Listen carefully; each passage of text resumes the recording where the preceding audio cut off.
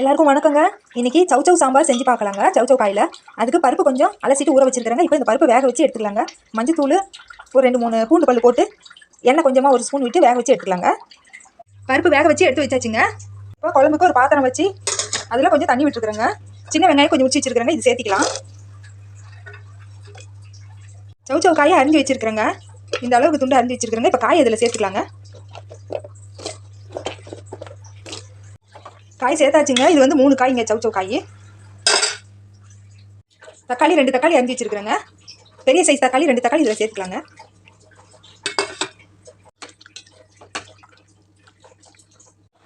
மிளகாத்தூள் காரத்துக்கு தகுந்த அளவுக்கு சேர்த்துக்கலாங்க.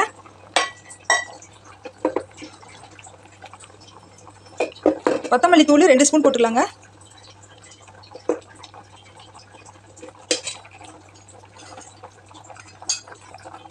தேவையான அளவுக்கு உப்பு சேர்த்துக்கலாங்க.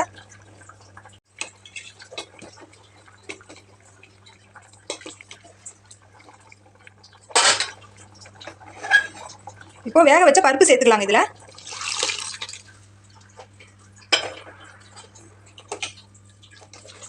இது நல்லா ஒரு 10 நிமிஷம் கொதிக்கிட்டுங்க.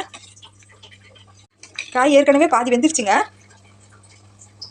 இப்போ இது கொதிக்கிறப்பயே புளி தண்ணி சேர்த்துக்கலாங்க. சாம்பார் கொதிச்சுட்டு இருக்குதுங்க. புளி கொஞ்சமாக ஊற வச்சு கரைச்சி வச்சிருக்கேங்க. இப்போ இது சேர்த்துக்கலாம். இது கொஞ்சம் கொதிக்கிட்டுங்க. ஒரு 5 நிமிஷத்துக்கு நல்லா கொதிச்சு வரட்டும். ஒரு வானல் வச்சுக்கலாங்க. எண்ணெய் தாளிக்கிறதுக்கு விட்டுக்கலாம். ஒரு 3 ஸ்பூன் எண்ணெய்க்கு விட்டுக்கிறேன். ஒரு அரை ஸ்பூன் கடுகு போட்டுக்கிறேன்.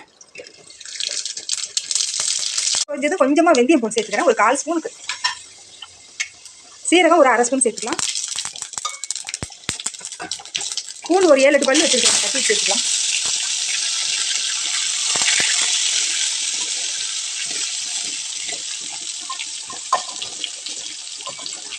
வரமிளகாய் ஒரு 3 சேர்த்துக்கலாம். பச்சை மிளகாய் ஒரு 4 கீரி வச்சுருக்கிறேங்க. இதுக்கு சேர்த்துக்கலாம். கருவேப்பிலை கொஞ்சமாக வச்சுருக்கிறேன். இதையும் சேர்த்துக்கலாம்.